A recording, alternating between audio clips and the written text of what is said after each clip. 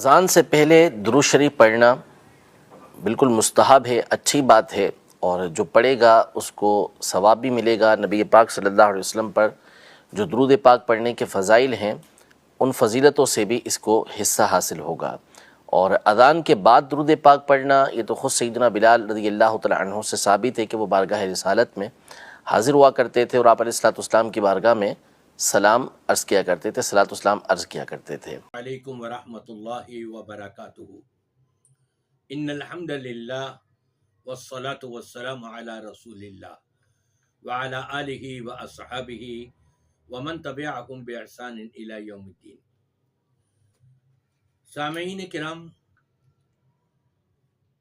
قیامت کا دن ہوگا، ہولناکی دہشت اور وحشت ہر ایک کے دلوں پر چھائی ہوئی ہوگی۔ ٹمپریچر اتنا زیادہ ہوگا کہ اپنے اپنے گناہوں کے حساب سے ہر انسان پسینوں میں ڈبکیاں لے رہا ہوگا، یہاں تک کہ انبیاء کرام علیہم الصلوۃ والسلام ان کی زبان مبارک پر یہ ہوگا رب سلم رب سلم رب سلم۔ اے پروردگار، آج کی ہولناکی سے، آج کی دہشت اور وحشت سے، آج کی پریشانی سے، آج کی تنگی سے یا اللہ تو ہمیں سلامت رکھیو، ہمیں بچائے رکھیو۔ کون؟ یہ انبیاء کرام علیہم الصلوۃ والسلام کہ جو جنتی ہیں، 100% جنتی ہیں۔ تو آپ اندازہ لگائیے کہ آپ کا اور میرا، ہمارا کیا عالم ہوگا وہاں پر، کیا کیفیت ہوگی۔ وہاں تو شوہر بیوی سے چھپ رہا ہوگا، بیوی شوہر سے چھپ رہی ہوگی، اولاد ماں باپ سے، ماں باپ اولاد سے، بہن بھائی ایک دوسرے سے، کہ کوئی ہم سے آج نیکی نہ مانگ لے، ہمیں خود نیکیوں کی ضرورت ہے، ہمارا پتہ نہیں کیا حساب و کتاب ہوگا۔ ایسے موقع پر نبی پاک صلی اللہ علیہ وسلم جب قیامت کے دن حوض کوثر پر تشریف فرما ہوں گے اور شرابن طہورہ کے جام بھر بھر کے پلا رہے ہوں گے، ظاہری بات ہے یہ شرابن طہورہ کے وہ جام ہیں کہ جو ایک دفعہ پی لے گا 50,000 سال کا وہ دن ہوگا اس کو پیاس نہیں لگے گی۔ لیکن کچھ بدبخت ہیں، بد نصیب ہیں کہ جن کو یہاں سے دھتکار دیا جائے گا، آئیں گے تو صحیح۔ شرابن طہورہ کے جام نبی پاک صلی اللہ علیہ وسلم کے دست مبارک سے پینے کے لیے ابھی تھوڑے ہی فاصلے پر ہوں گے، دور ہوں گے، فرشتے ان کو روک دیں گے۔ نبی پاک صلی اللہ علیہ وسلم اپنی امت کے وضو کے اعضاء جو چمکتے ہوئے دیکھیں گے، اس کے حساب سے آپ فرمائیں گے کہ فرشتوں نے جب ان کو روک دیا اور نبی کے پاس نہیں آنے دیا تو نبی پاک صلی اللہ علیہ وسلم فرمائیں گے امتی امتی، اے فرشتے یہ تو میری امت کے لوگ ہیں، ان کو کیوں روک رہے، ان کو آنے دو۔ تو فرشتے کہیں گے انک لا تدری ما احدثوا بعدک، اے پیارے نبی صلی اللہ علیہ وسلم آپ کو نہیں معلوم آپ کے بعد ان لوگوں نے آپ کے پیش کیے ہوئے دین میں تبدیلیاں کر دی تھی، جو آپ نے نہیں کہا وہ کرتے چلے گئے۔ تو نبی پاک صلی اللہ علیہ وسلم یہ سن کر کے پھر کیا فرمائیں گے؟ فسحقاً فسحقاً فسحقاً، دھتکار دیا جائے گا ان کو، یہاں سے لے جاؤ ان کو، یہاں سے میرے سامنے بھی مت رہنے دو۔ امام کائنات جو رحمت للعالمین ہیں، لیکن یہ جرم چونکہ اتنا بڑا ہے، یہ گناہ اتنا بڑا ہے، اتنا سخت ہے کہ رحمت للعالمین صلی اللہ علیہ وآلہ وسلم بھی ان پر رحم نہیں کھائیں گے، بلکہ آپ فرمائیں گے فسوقاً، ہٹا دو ان کو، میرے سامنے سے بھی لے جاؤ، مت رہنے دو یہاں پر۔ دھتکار دیا گیا۔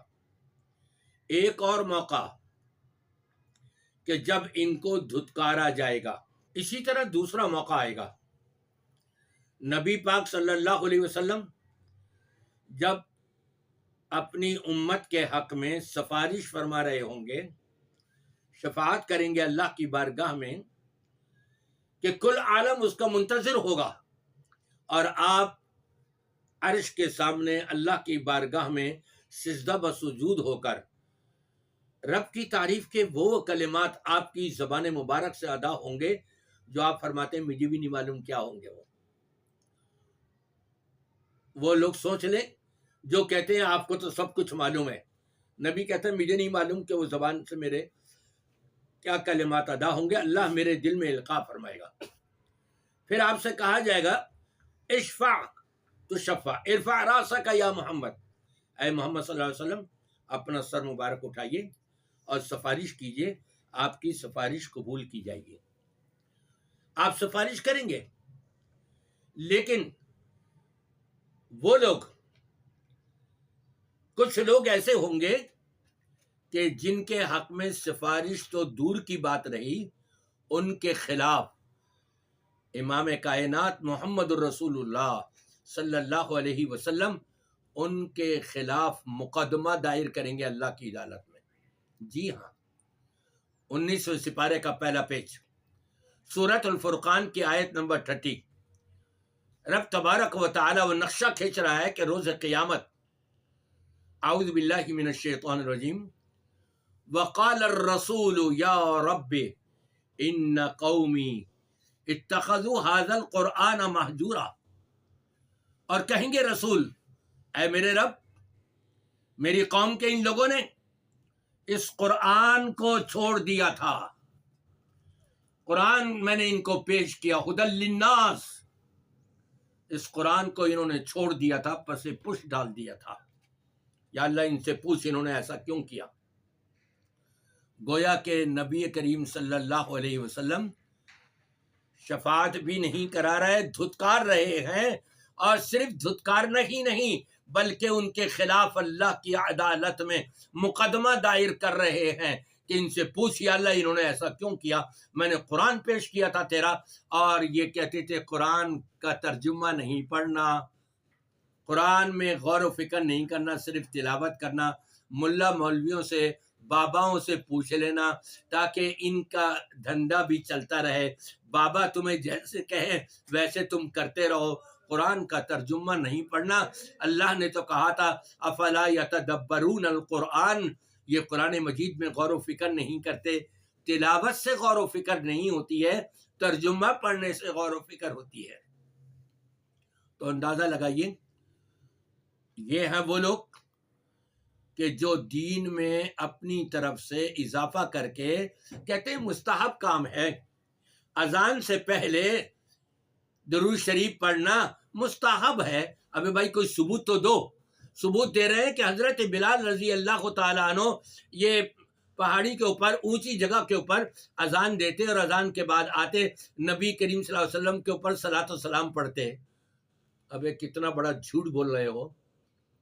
اگر کوئی کسی کے پاس آ رہا ہے تو یہی کہے گا نا السلام علیکم، یا نبی سے کہیں گے السلام علیکہ یا رسول اللہ جب آپ کی خدمت میں حاضر ہو رہے ہوں۔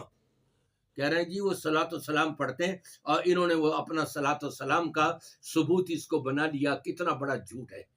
اول تو ہر اذان کے بعد وہ نہیں آتے تھے نبی کے پاس اس طرح سے یہ پڑھنے کے لیے، اور کبھی اگر آ گئے ملاقات ہو گئی، کوئی بات کرنی ہوئی تو مسلمان پہلے سلام تو کرے گا، صحابی پہلے نبی پر سلام تو کرے گا، السلام علیکم، اس کے بعد اپنی بات کا آغاز کرے گا۔ اس کو انہوں نے صلاۃ و سلام کے اندر جو ہے وہ مکس کر کے اور اپنے باباؤں کے اقوال کو لے کر کے اس طرح سے من گھڑت اعمال جو ہیں وہ انہوں نے آغاز کیے ہوئے ہیں۔ آپ نے خود سنے نا کہ انہوں نے کیا کچھ کہا ہے۔ یہی وہ لوگ ہیں جن کو نبی پاک صلی اللہ علیہ وسلم حوض کوثر سے بھی دھتکار دیں گے، اور جن کو اللہ کی عدالت میں پیش کر کے ان پر رحمت نہیں کی جائے گی، ان کو دھتکارتے ہوئے اللہ کی عدالت میں ان کے خلاف نبی پاک صلی اللہ علیہ وسلم مقدمہ دائر کر دیں گے۔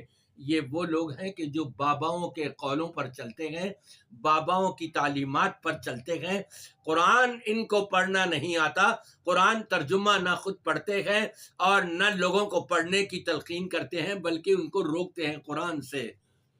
یہ کفار مکہ وہاں کہتے تھے وقال الذین کفروا، رب تبارک و تعالی نے فرمایا جنہوں نے کفر کیا، لا تسمعوا لهذا القرآن، وہ کہتے تھے میں اس قرآن کو نہیں سننا، چونکہ ان کا عربی زبان تھی اور قرآن بھی عربی میں، تو وہ تو سمجھ جایا کرتے تھے۔